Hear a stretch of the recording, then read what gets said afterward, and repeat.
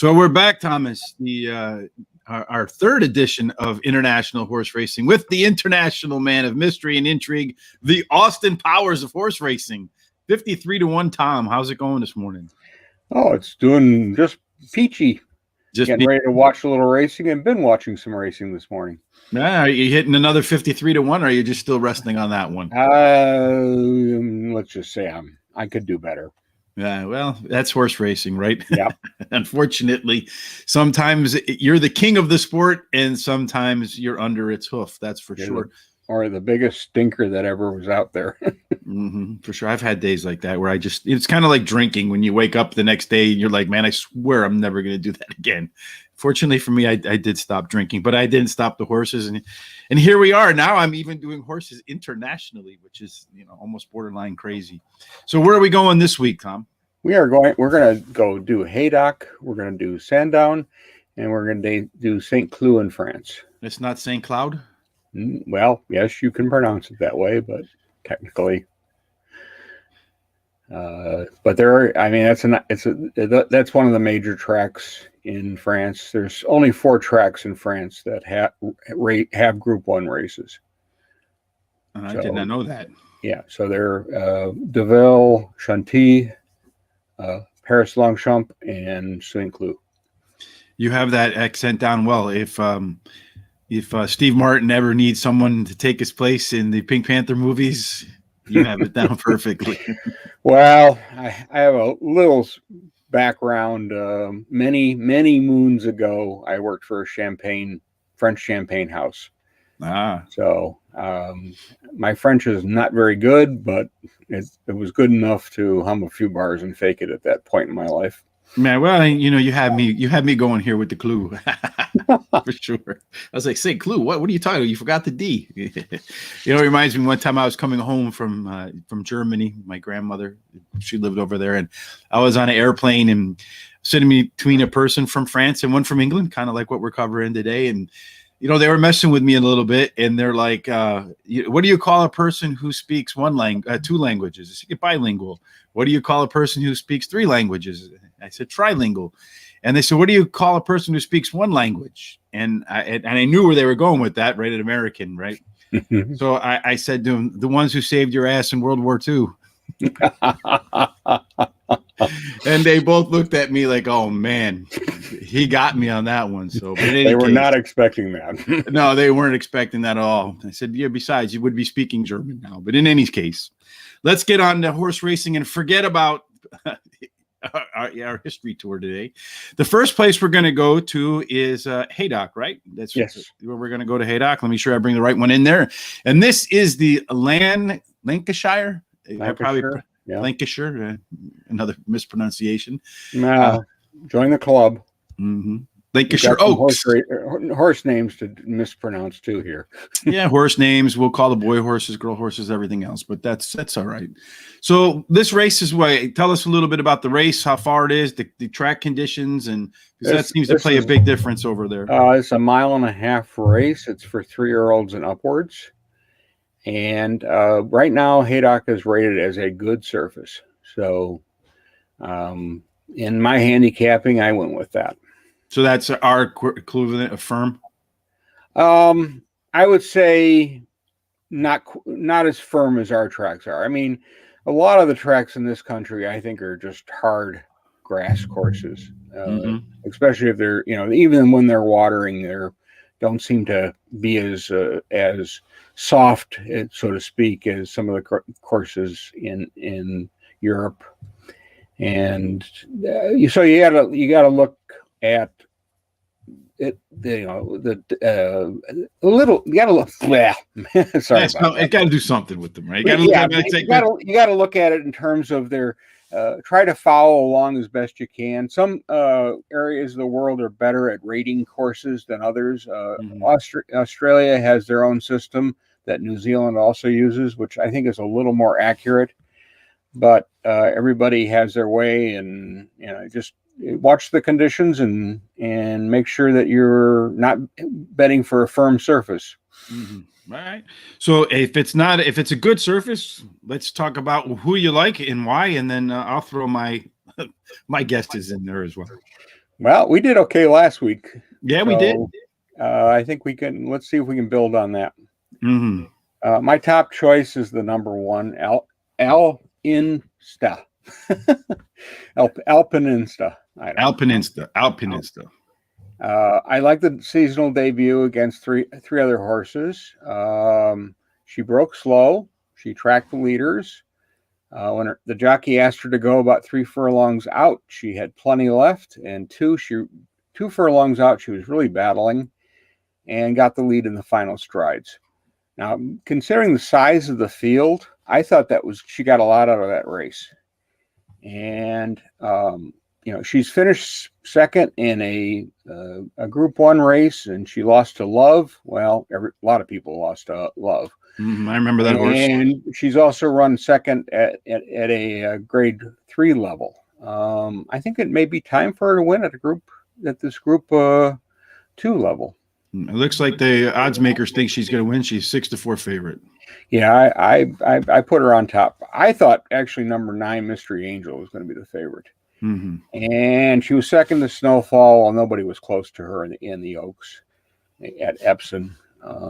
She's won at shorter distances as a 2-year-old, and she's shown some liking to the softer, heavier ground. So I don't know.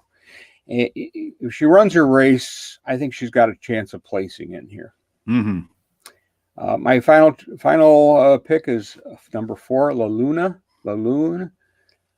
She's won her last 2 races, and one was a Group 3 at Haydock. She's stepping up in company, but she seems to have a good turn of foot right now, and she's running some of the best numbers of her life. Mm-hmm. She's won at short distances, and she's won at longer distances, so I like that. She gets an added advantage of weight for age, which always helps. Mm-hmm. The only negative that I could find was that Henry Candy, who's the trainer, in the last 14 days has no winners. Out of 17 runners. So he's due. I don't know if this is his best horse in the stable or the worst horse. I mean, who knows? I mean, I don't know, but I think she's got a chance in here. For me, I agree with you on the one horse. That pretty strong 4-year-old debut came out, ran away from the field. So hopefully she'll be better in the second start off a layoff. I got a little bit of a long shot in my second pick. When I do this, we don't see the odds. It's a little bit different than how it's the Forrest Gump handicapping. You just have a little bit of information, and then when you open it up, you find out what you got. So I have the number 2 horse, Barani Star, as my second pick at 18-1. It's another one that ran strong as a 4-year-old debut and ran 4th last year in the Ribblesdale at Royal Ascot, which is not a bad race, right? It's a pretty solid race. Yeah, that's a decent race. Mm-hmm. So I think that right now 18-1, considering the strong Ribblesdale, the strong debut as a 4-year-old, to me 18-1 looks like an overlay, but I'm not the odds maker. I agree with you on Mystery Angel. I think that that's a horse that's probably going to fare better on a little bit softer course than on a firm course. And then the last one I have is Tribal Craft, but that one doesn't look like it. Oh, it is in there, the 6 horse, 13-2. This is a 6-year-old that's probably better in its third race off a layoff. Some traditional U.S. handicapping there. So that's how I have 1, 2, 9, 6. And Tom, I think you had 1, 9, and 4. 1, 9, and 4. Okay, perfect. And we'll have, of course, like always, the write-up, Tom's write-ups, and my picks. You want to read Tom's write-up and pay more attention to his picks than mine. But so every now and then I get lucky on one of these. So now we're gonna move off. It's a learning experience. That's the way I look at it. And we have some guests in the background now. A cat in the poodle. Yeah, we got a poodle and a cat, and the poodle wants to go to the dog park. I don't blame her for that. And then they're also agreeing with our picks. Yeah, for sure. So let's take a look at. Now we're heading over to Sandown. Am I getting that one at least right? Yes. All right. And this is race number. I don't know the race number, but this is the Coral Charge. Is that right? Mm-hmm. Yes. This is scheduled to be the second race of the day. Second race of the day. And tell us a little bit about the conditions here. This is a 5 furlong race. A sprint for Group 3 types, and it's for 3-year-olds and upwards. At the time I did my handicapping, I didn't have the draws, but they are now available. All right. And I went with a long shot. I picked number 10, Happy Romance. Number 10. I should be getting big odds. Well, according to the odds maker, right now you're getting 25-1. You could only done better if you had gone with Rocket Action, and then you would have been able to change your title to 66-1, Tom, if it had won. Yeah. Well, I'll go with 25-1 at least at this point. Mm-hmm. We'll see what movement happens. The Royal Ascot and Newbury races were less than stellar.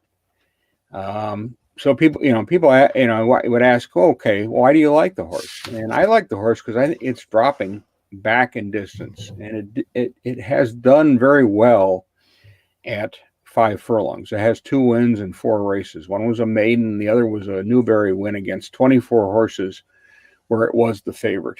Mm-hmm. And I just think I think it's been running at 6, and against good company, but I think 5 is a better distance for this horse.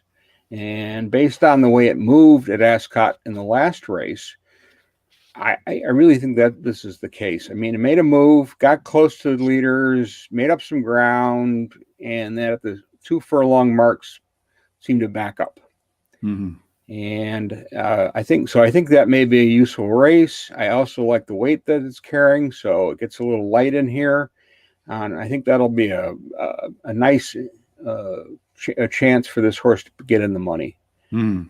I, of course, took the favorite, number 3, Arcebo, as my second choice. It ran a really great race at Royal Ascot last time out against Oxt at 28-1. Mm. I mean, if it comes anywhere close to repeating that race, it's in this Group 3, it should be the winner. Mm. But it's only won handicap races this year and has lost its group races. So obviously won to Oxt, but Oxt is now considered one of the best sprinters in England. So we have to keep that in mind. Mm. My final selection is number 4, Come In From the Dark. Originally, I thought this was going to be at Price, and it isn't. It's the second choice. Yeah, 7-2. Yeah. So 3 really good efforts this year. In my mind, it's a first, a second, and a third. They were in a handicap and a Group 3 level. Now, just failed in its last attempt, and one of the expressions was it got stuck at 1 furlong to go. So it had some little trip problems at that point. I think with a little better racing luck, I think you'll see a better result here. Well, for me, I have a horse that you didn't pick, so maybe we'll get something here. Lazuli, the one horse, but it'd be probably in the 5th gate, it looks like, because they do things a little bit differently. The horse is 3 for 5 at the distance. I think 1 for 2 at the track, and we learned all about Charlie Appleby over here when he dominated on Belmont Day. So I think that's a pretty solid trainer-jockey combination. The horse has run pretty well. I agree with you. Came from the park. The horse is a neck away from being undefeated this year, which is a positive. Arecibo, the only thing I did finish nicely second in the King Stand, but this is a horse that had just a god-awful 2020. I think it had 1 second in 11 races, nothing else. So I don't know if it's rounded back into form, just needing softer company, or what the situation is there. But I'm a little worried about that regression back to that 0-1 and 0-11 line from last year. And then finally, I have number 9. That is Atalas Boy. It's a horse that has run pretty well at the distance, has run pretty well at the track, and it's been first or second in 6 of its last 8 races. So I have the 1, the 4, the 3, and the 9. Tom has the 10, the 3, and the 4. Is that right? Yep. All right, fantastic. And now we're going to finish up with our English racing, and this should have probably said this from the beginning, but the races that we've covered so far on Saturday, tomorrow, the 4th.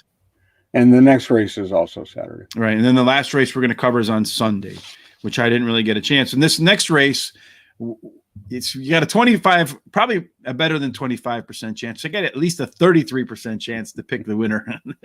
There's only a 4-horse field in the Coral Eclipse, if they pronounce it as Eclipse or not Ellipse or something like that. I don't know. But 4 horses, you have Misriff is the favorite, followed by St. Mark's Basilica, ADB or whatever, and then El Drama.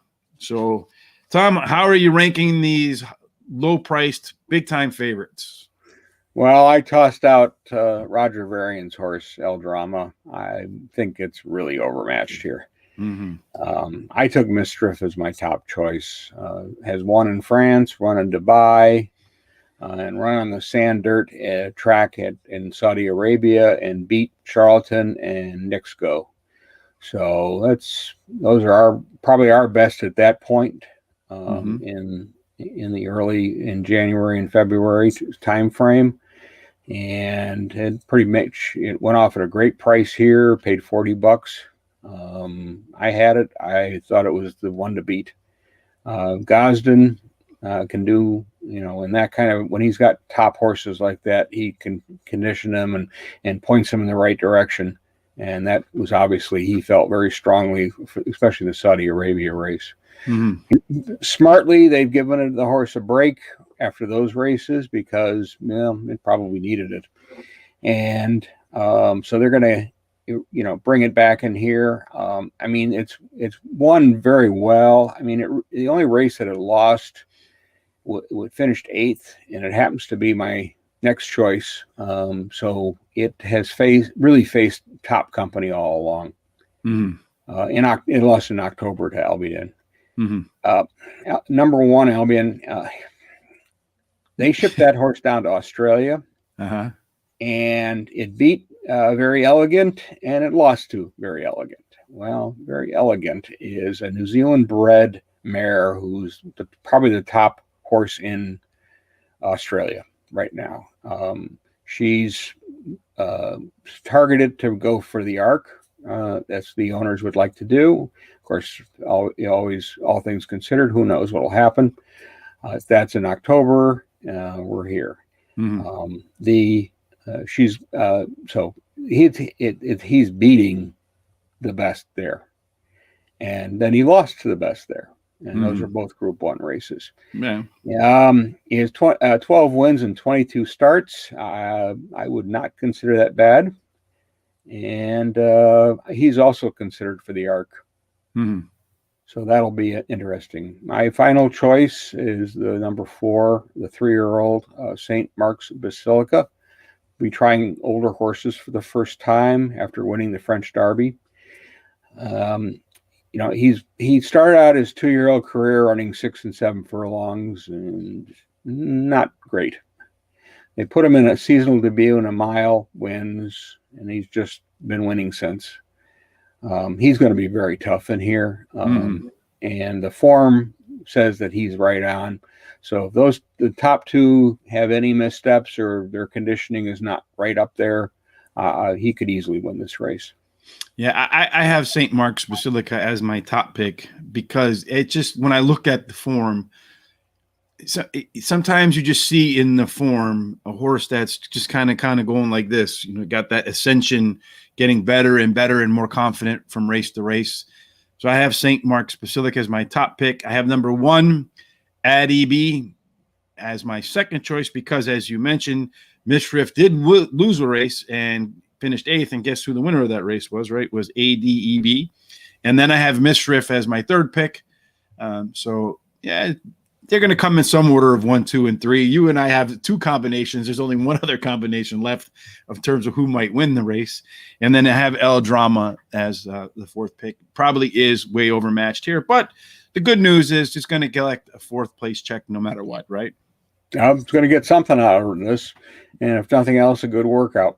And you get a chance to see really where your horse is at against some of the better horses that are probably available to run against right now. Right now, Mistriff is considered one of this and Palace Pier are the 2 top horses in Europe. So yeah, you get a chance to kind of measure where you're at, so to speak. And then the last race is on Sunday. This one's in France. It's the St. Cloud. And unfortunately, I didn't get any chance to take a look at this because there's not any data available, at least wasn't any to me, the way I look at things. But Tom does have some insights for us. This race is on Sunday, approximately, I don't know what time, but July 4th race. Looks like it's 2:50 local time. Is that right? Right. So 6 hours earlier for us. Okay. And what do you like here? About 8 o'clock. This is a Group 1. The distance is 1.5 miles, and the surface is rated very soft. Yeah, you can see that right here. It has been raining there, so I did handicap with that in mind. My top choice is In Swoop, top class runner, 1.5 miles. He's beaten some of these horses. He's running in top company. The negative is he's placed in Group 1s, but he's not won in Group 1s. So this time it's kind of the time to step up in my mind.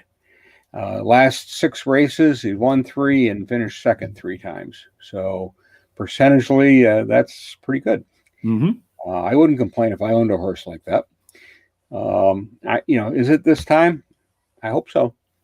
Because I think this, obviously the Arc is their target, and they finished second last year. So this will be a big step forward.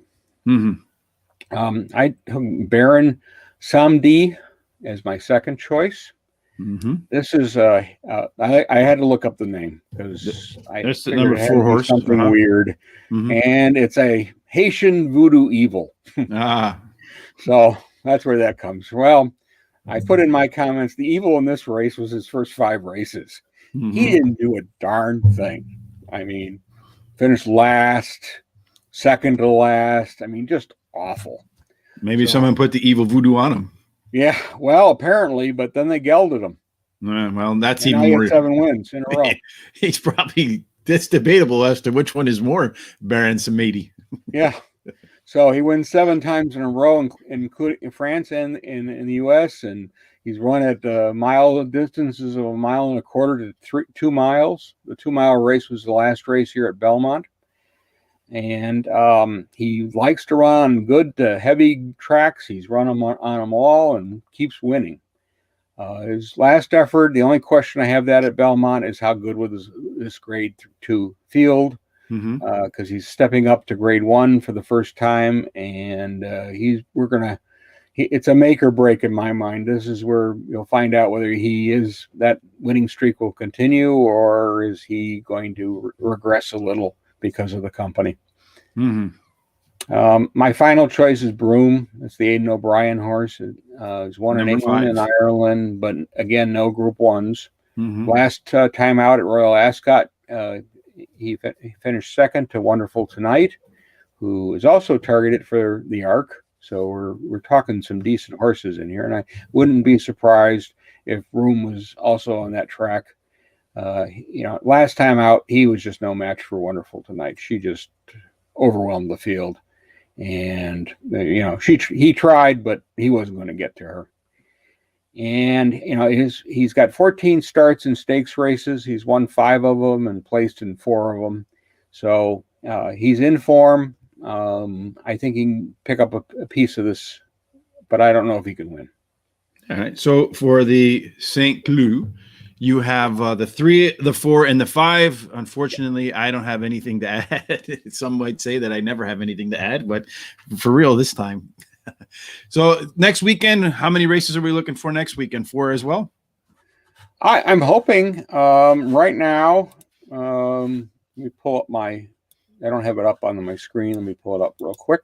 Yeah, so I didn't let Tom know I was going to put him on a spot like this. So I was just checking out his reaction time, his ability to work well under pressure. That's what was on his LinkedIn. We have the July Newmarket stuff going to be run. All right. We've got on the 9th, we have one of the championship series, a Group 1 race for 3-year-olds plus. This is a mile race and restricted to fillies and mares.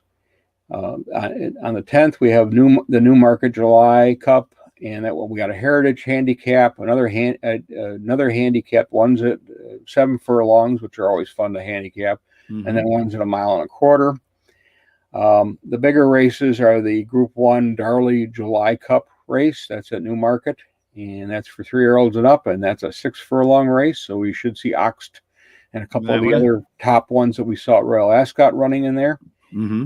And to pick up on, we do have one Irish race that may be of note. It's the Irish Stallion Farms Brownstown Stake. It's a Group 3. It is also a 7 furlong race, and for fillies and mares. And if we want to be really aggressive, we can pick up the last time this year. I mean, for their seasons ending in Hong Kong, we have the racing from Shawten. All right. Well, listen, that you brought that up, Tom. If there's anything that you want us to cover, any races you want us to work down in Australia, New Zealand, Hong Kong, anywhere, the races you want us to cover, go ahead and email me, gtsrichb@gmail.com. Let us know what you want us to cover. We'll go ahead and we'll have our international man of mystery and intrigue, the Austin Powers of horse racing. Tom and I will get to it, and we'll put our picks out there, and hopefully we'll find something of value in there. Starting next week, we're going to do this show every Friday at 12 noon Eastern time. I think it's 12 noon, right? Is that what Eastern or 12 noon Central time? Yeah, no, that would be 1 o'clock Eastern. 12. Okay, 1 o'clock Eastern. Yeah, I was thinking to myself, that doesn't sound right in my own head. So, so 1 o'clock Eastern, 12 o'clock every Friday. And then Terry and I will also be doing some work Monday through Thursday. And if Tom wants to join us, he's welcome anytime. Where we'll be covering races for that particular day, pick 4, a best bet of the day, just kind of getting ready for the day of racing, talk about some news, scratches, that sort of thing. Of course, yesterday we had a great guest on with Sophie Doyle. I hope you enjoyed that, Tom. I know I did. She was a lot of good insight, a really top-notch interview and discussion with her, and she gave us some ideas that we probably hadn't thought about in the past.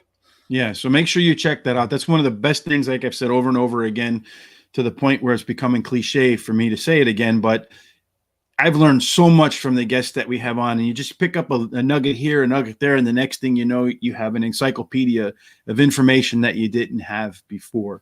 Well, that's it for... She's riding here at Arlington today. Mm-hmm. So check out the Arlington card if you see something of interest and see what she's riding. You may want to check that out, and also definitely check out her Prairie Meadows mounts for Saturday, because she's got some ones that are very much going to be right there in the race.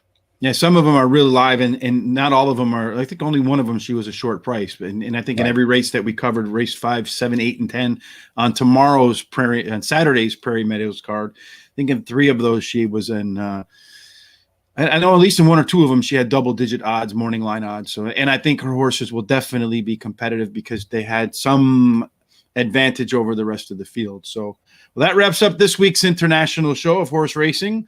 We covered 3 races on Saturday in England, 1 on Sunday in France. Until we meet again next week, folks, good luck at the international races.